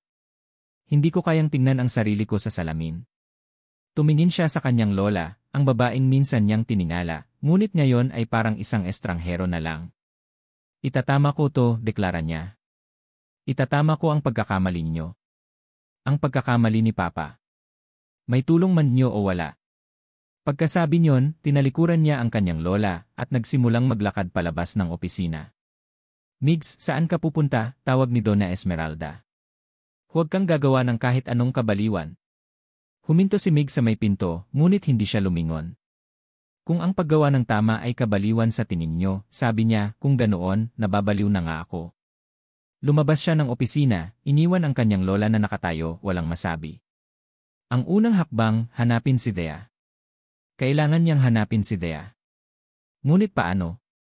Saan? Para siyang nawawala sa isang madilim na kabubatan na walang mapa. Kinuha niya ang kanyang cellphone, balak tawagan ang lahat ng kanyang kakilala. Ngunit bago pa man niya magawa iyon, isang text message ang dumating. Mula sa isang numerong hindi pamilyar. Ang mensahe ay maikli lang, ngunit sapat na para bigyan siya ng direksyon sa gitna ng kadiliman. Isang address. Isang address sa isang simpleng apartment sa Pasay. At sa ilalim nito, isang pangalan. Clara. Ang apartment ni Clara ay maliit, ngunit malinis. Ang amoy ng hangin ay amoy pag-asa at takot. Dito nagtago si Althea matapos tumakbo mula sa hotel. Dito niya ibinuhos ang lahat ng kanyang luha, sa yakap ng kanyang ate, hanggang sa wala nang natira kundi isang blangkong sakit. Kasalanan ko to, Dea, sabi ni Clara, hinahaplos ang kanyang buhok. Kung hindi dahil sa akin, hindi ka sana napunta sa pamamahay na yon. Umiling si Dea. Walang may kasalanan, ate. Nangyari na. Ang kanyang boses ay walang buhay, walang emosyon. Ang pader na gumuho ay muli niyang itinayo, mas mataas, mas matibay. Hindi na siya papayag na masaktan pang muli. Ilang araw siyang nagkulong sa apartment. Ang bawat tunog mula sa labas ay nagpapakaba sa kanya. Ang bawat pagring ng telepono ay pinaghihinalaan niyang si Migs. Hindi niya ito sinasagot. Ano pa ba ang sasabihin nito? Ang sorry ba ay maibabalik ang buhay ng kapatid niya? Ang sorry ba ay mabubura ang mga taon ng kasinungalingan? Isang hapon may kumatok sa pinto. Isang katok na pamilyar, malumanay, ngunit may diin. Huwag mong bubuksan, sabi ni Thea kay Clara. Ngunit huli na. Sinilip ni Clara sa peephole at napasinghap. Si Sir Migs. Paano niya nalaman? Ako, pag-amin ni Clara. Ako ang nagbigay ng address. Kailangan niyong mag-usap, Thea. Kailangan mong pakinggan. Ayoko, matigas na sabi ni Thea, tumayo at nagkulong sa kwarto. Narinig niya ang pagbukas ng pinto. Ang boses ni Clara at ang boses ni Migs. Nag-uusap sila. Pagkatapos ng ilang minuto, narinig niya ang mga yabag papalapit sa pinto ng kwarto. Kumatok ito. De? Ang boses ni Migs. Ang boses na minsan ay nagdulot ng kilig sa kanya, ngunit ngayon ay nagdudulot ng sakit. Hindi siya sumagot. Dea, please. Kausapin mo ako. Kahit 5 minuto lang. Pagkatapos, kung gusto mong umalis ako, aalis ako at hindi na magpapakita sa iyo kailanman. Ang pangakong iyon, ang posibilidad na mawala na ito ng tuluyan, ang nagtulak sa kanya na buksan ang pinto. Nakatayo si Migs sa labas. Ang mukha nito ay pagod, ang mga mata ay namumugto. Ang aroganteng prinsip ng hasyenda ay naglaho. Ang kaharap niya ngayon ay isang lalaking mukhang pasan ang buong mundo. Hindi siya tumingin sa mga mata nito. Nakatingin lang siya sa pader sa likod nito. Pumasok ito sa silid. Ang katahimikan ay mabigat, halos nakakabingi. Alam ko, panimula ni Migs, ang boses ay basag. Alam kong walang sorry ang sapat. Walang salita ang makakapagbura sa ginawa ng pamilya ko. Hindi pa rin umimik si Dea. Hindi ako naparito para humingi ng tawad sa ginawa nila, patuloy nito. Dahil ang kasalanan nila ay hindi ko mababayaran. Naparito ako para humingi ng tawad para sa sarili ko. Patawad dahil hindi ko alam. Patawad dahil nasaktan kita. Tumingin ito sa kanya, ang mga mata ay puno ng pagsisisi. Ang kasalanan nila ay hindi mo kasalanan pero hindi rin yun pag-ibig ko para sa'yo. Magkaiba ang dalawang bagay na yon, Dea. Ang pagkakamali ng pamilya ko at ang nararamdaman ko para sa'yo. Sa wakas, nagsalita si Dea. Ang boses niya ay malamig na parang yelo. Pag-ibig? Anong alam mo sa pag-ibig, Migs? Ang pag-ibig ba ay ang mabuhay sa karangyaan na galing sa pagdurusa ng iba? Nasaktan si Migs sa mga salita niya, nakita niya yon sa mga mata nito. Ngunit hindi ito umangal. Tinanggap nito ang bawat salita na parang isang latigo. Tama ka, sabi nito. Wala akong alam. Kaya heto ang gagawin ko. May kinuha ito mula sa kanyang bag, isang folder. Ibinigay nito sa kanya. Binuksan ito ni Dea. Sa loob may mga dokumento. Isang plano. Ito ang plano, sabi ni Migs. Una, magpapatawag ako ng press conference. Ilalabas ko ang lahat. Aaminin ko sa publiko ang ginawang pagtatakip ng kumpanya noon.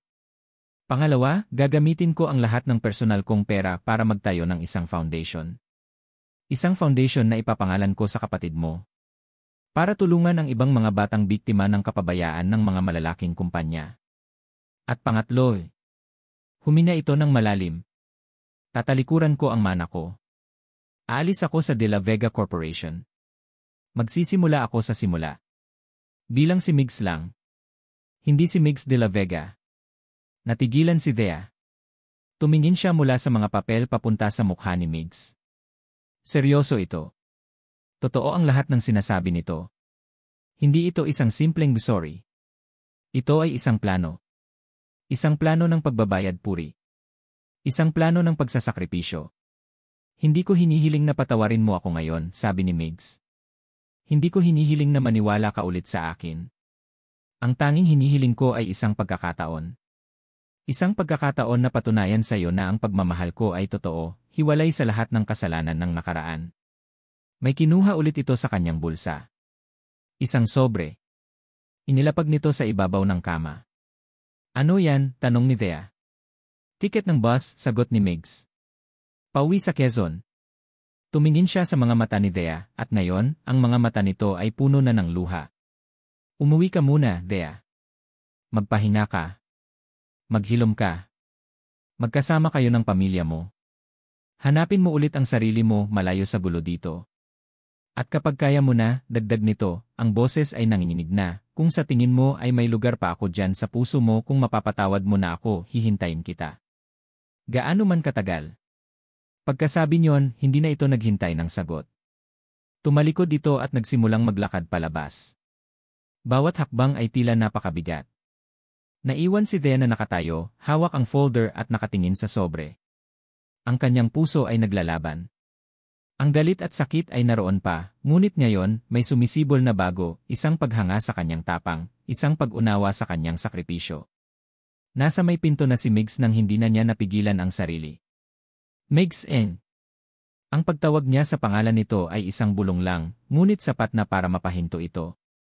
Huminto si Migs, ngunit hindi ito lumingon. Naghihintay. Hindi alam ni Thea kung ano ang sasabihin. Ang utak niya ay blanko, ngunit ang puso niya ay puno. Ang tanging lumabas sa kanyang bibig ay isang tanong. Bakit, tanong niya, ang boses ay basag.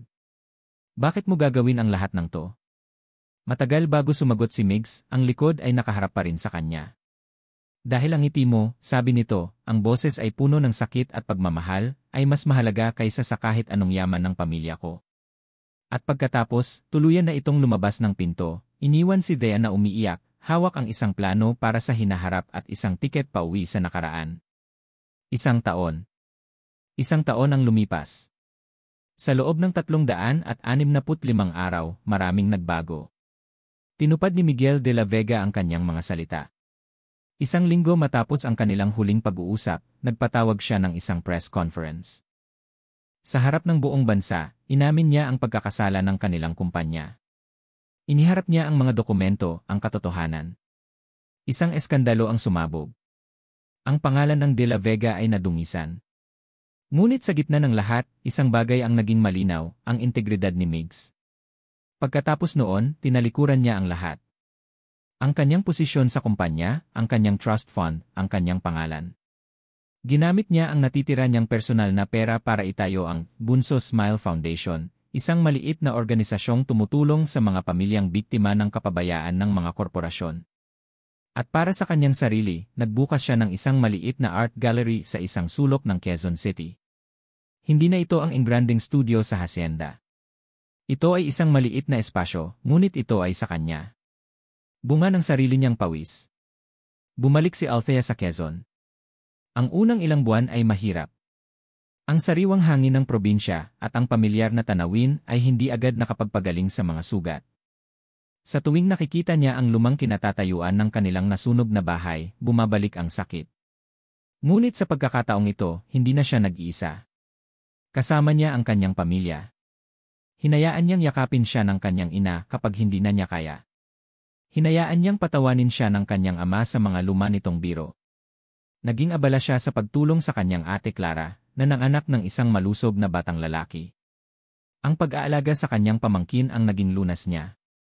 Sa bawat ngiti ng sanggol, sa bawat halakhak nito, unti-unting natutunaw ang yelo sa kanyang puso. Nagsimula siyang mag-drawing ulit. Iginuhit niya ang dagat, ang mga puno ng niyog, ang mukha ng kanyang pamangkin. At isang araw, habang nagdodrawing siya, nahanap niya ang sarili niyang gumuguhit ng isang pamilyar na mukha, ang mukha ni Migs, na may malungkot ngunit determinado na mga mata. Napanood niya ang press conference nito sa telebisyon. Umiyak siya. Hindi dahil sa sakit, kundi dahil sa paghanga. Nakita niya ang sakripisyo nito. Naramdaman niya ang katapatan nito. Ang pagpapatawad ay hindi dumating sa isang iglap. Ito ay isang proseso. Isang dahan-dahang pagtanggap na ang nakaraan ay hindi na mababago, ngunit ang hinaharap ay maaari pang isulat. Isang araw, nagising na lang siya at naramdaman niyang handa na siya. Handa na siyang bumalik. Ang gabi ng pagbubukas ng Galera Migs ay simple lang. Walang champagne, walang mga socialites. Ang mga bisita ay mga kaibigan, mga kapwa artist, at ang mga pamilyang natulungan ng foundation. Nakatayo si Migs sa isang sulok, pinapanood ang mga tao na tinitingnan ang kanyang mga obra. Mas payat siya ngayon, ngunit may bagong kislap sa kanyang mga mata. Isang kislap ng kapayapaan at kasiyahan. Ngunit sa kabila ng lahat, may kulang pa rin. Gabi-gabi, tinitignan niya ang kanyang cellphone, umaasang may isang text, isang tawag. Gabi-gabi, umaasa siyang tutuparin niya ang sinabi niya, hihintayin kita. Biglang bumukas ang pinto ng gallery. Isang babae ang pumasok. Nakasuot ito ng simpleng asul na bestida. Ang buhok nito ay nakalugay. Ang kanyang mukha. Ang kanyang mukha ay payapa. Huminto ang mundo ni Migs. Si Althea. Naglakad dito papasok, ang mga mata ay hinahanap siya. Nang magtama ang kanilang mga paningin, isang kuryente ang dumaloy sa buong silid, isang kuryenteng sila lang ang nakakaramdam. Naglakad si Migs palapit sa kanya, ang puso ay kumakabog na parang tambol. Bawat hakbang ay isang taon ng paghihintay. Huminto siya sa harap nito. Walang nagsasalita. Tinititigan lang nila ang isa't isa, sinasabi ang lahat sa pamamagitan ng kanilang mga mata. At pagkatapos nangyari ito. Dahan-dahan, unti-unti, ang mga labi ni Althea ay umangat. Hindi ito pilit. Hindi ito isang pagtatangka. Ito ay isang tunay, maliwanag, at napakagandang ngiti. Isang ngiti na nagmula sa isang pusong naghilom. Isang ngiti na kayang magpaliwanag ng pinakamadilim na gabi. Ang ngiting isang taon niyang hinintay. Miguel de la Vega, sabi ni Thea, ang boses ay malinaw at puno ng lambing. Napangiti rin si Migs, ang mga luha ng kaligayahan ay nagsimulang mamuo sa kanyang mga mata. Hinawakan niya ang kamay nito. Mainit. Totoo. Althea di makulangan, sagot niya, ang boses ay nanginginig sa sobrang emosyon. Ang ganda ng ngiti mo. Hindi na nila kailangan ng maraming salita.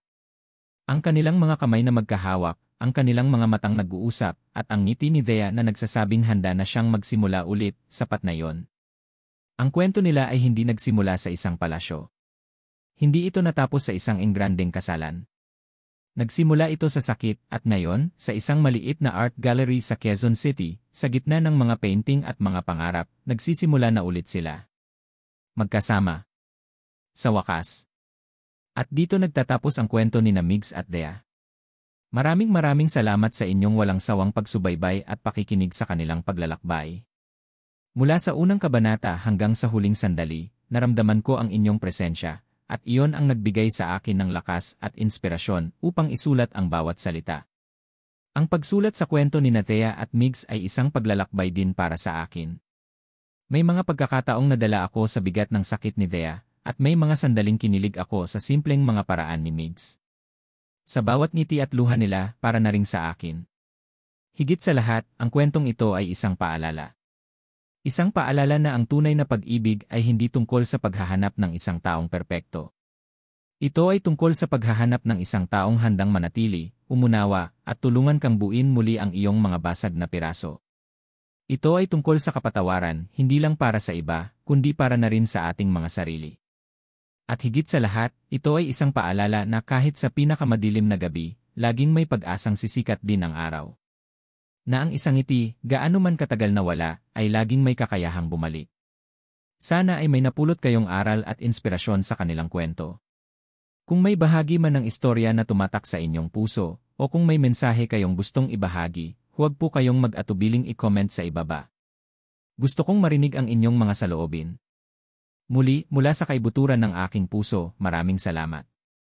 Hanggang sa ating susunod na kwento.